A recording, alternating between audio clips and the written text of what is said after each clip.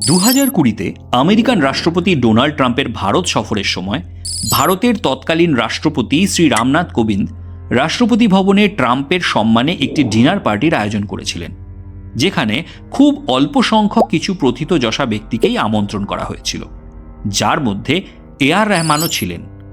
সেই পার্টির ছবি রহমান নিজে সোশ্যাল মিডিয়াতে পোস্ট করেছিলেন। রহমান তার মিউজিক্যাল ক্যারিয়ারে এ পর্যন্ত মোট 7টি ন্যাশনাল অ্যাওয়ার্ড জিতেছেন, যার মধ্যে 5টি বিজেপি গভর্নমেন্টের কার্যকালে। যদি ওনার ধর্মীয় পরিচয় ক্ষমতাসীন লোকেদের পছন্দ না হতো, তাহলে কি বিজেপির বিগত 10-11 বছরের শাসনকালে ওনাকে সরকারিভাবে এত সম্মান জানানো হতো? অথচ এক পাকিস্তানি বংশোদ্ভূত সাংবাদিক হারুন রশিদকে বিবিসির জন্য দেওয়া সাক্ষাৎকারে এআর রহমান বলেছিলেন যে উনি এক বিশেষ ধর্মাবলম্বী হওয়ার কারণে ওনাকে মিউজিক ইন্ডাস্ট্রিতে বিশেষ কাজ দেওয়া হচ্ছে না। আচ্ছা, তাই নাকি? কিন্তু তাহলে 2025-এর one of the biggest blockbuster cinema Chhaava, যা মূলত একটি হিন্দু রিলিজিয়ান বেসড স্টোরি অবলম্বনে তৈরি, তাতে এআর রহমানকে সুর দিতে কেন ডাকা হয়েছে? কিংবা বিগ বাজেটের আপকামিং মুভি রামায়ণ, যা পুরোটাই হিন্দু রিলিজিয়ান বেসড, তার সুরকার হিসাবেও রহমানকে কেন নেওয়া হচ্ছে? তাহলে কি এই দুই মুভির মেকার্সরা রহমানের যেটা রিলিজিয়ান বাই বার্থ ছিল সেটাকে কনসিডার করেছিল? কারণ এআর রহমান তো প্রথমে হিন্দুই ছিলেন। দেখুন, 1990s ও আর্লি 2000-এ এআর রহমান ইন্ডিয়ার one of the most popular music director ছিলেন। রোজা, দিল সে, তাল, লাগান, স্বদেশ, রং দে বসন্তীর মতো সুপারহিট মিউজিক ইন্ডিয়ার প্রায় পুরো একটি জেনারেশনকে ইমোশনালি অ্যাটাচ করে রেখেছিল। তখন কিন্তু কেউ ওনার ধর্মীয় পরিচয় নিয়ে কোনো প্রশ্ন তোলেনি বা উনি নিজেও কোনো অভিযোগ করেননি। ওনার মিউজিক্যাল ইনফ্লুয়েন্স এতই বেশি ছিল যে প্রায় 28 বছর আগে রহমানের বন্দে মাতারাম অ্যালবামের মা তুঝে সালাম গানটি আজ অবধি ভারতীয়দের মনে গেঁথে আছে। কোটি কোটি ভারতবাসী এই গানটি হৃদয় দিয়ে গ্রহণ করেছে।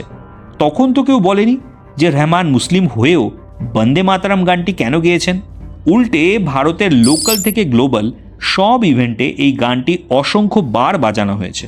প্রাইভেট হোক বা গভর্নমেন্ট, সোশ্যাল হোক বা পলিটিক্যাল, ডিফারেন্ট ওকেশন ও প্ল্যাটফর্মে এই গানটি ভারতের যেন এক ব্র্যান্ড আইডেন্টিটি হয়ে উঠেছে।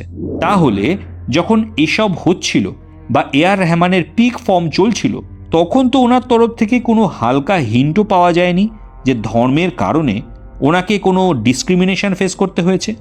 অথচ আজ উনি এসব কথা বলছেন। কিন্তু কেন?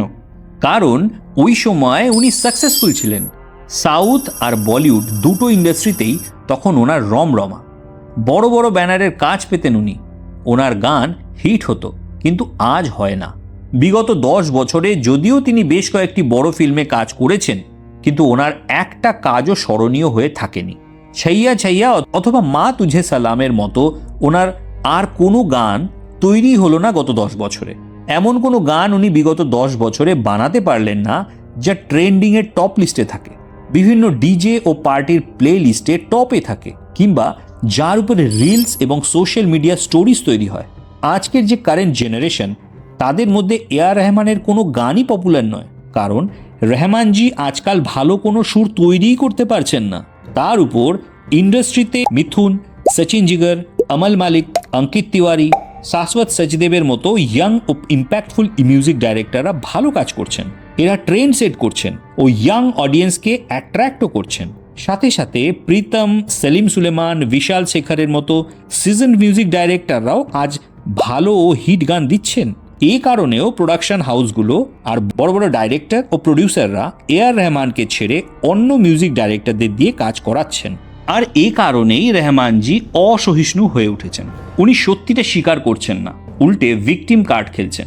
ভারত একটি হিন্দু মেজরিটি কান্ট্রি, আর ন্যাচারালি বিগত 25-30 বছরে রহমান ইন্ডিয়ান অডিয়েন্সের যত ভালোবাসা ও সমর্থন পেয়েছে তার সিংহভাগই হিন্দুদের।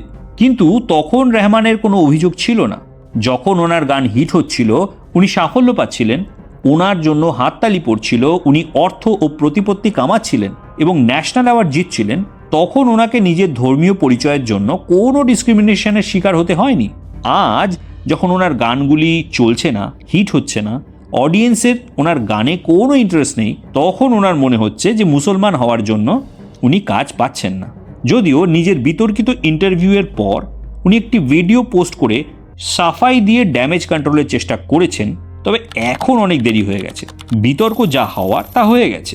এবার এটা আপনাদের ওপর, দর্শকদের উপর নির্ভর করছে যে রহমানের কোন ভার্সনটা আপনারা ঠিক মনে করবেন, প্রথমটা নাকি সাফাই দিতে চাওয়া দ্বিতীয়টা। কমেন্ট করে অবশ্যই জানাবেন। আর ভিডিও ভালো লাগলে তার লাইক ও শেয়ারও অবশ্যই করবেন, আর চ্যানেলটিকেও সাবস্ক্রাইব করে নেবেন। দেখা হচ্ছে পরের ভিডিওতে। ভালো থাকুন, সুস্থ থাকুন।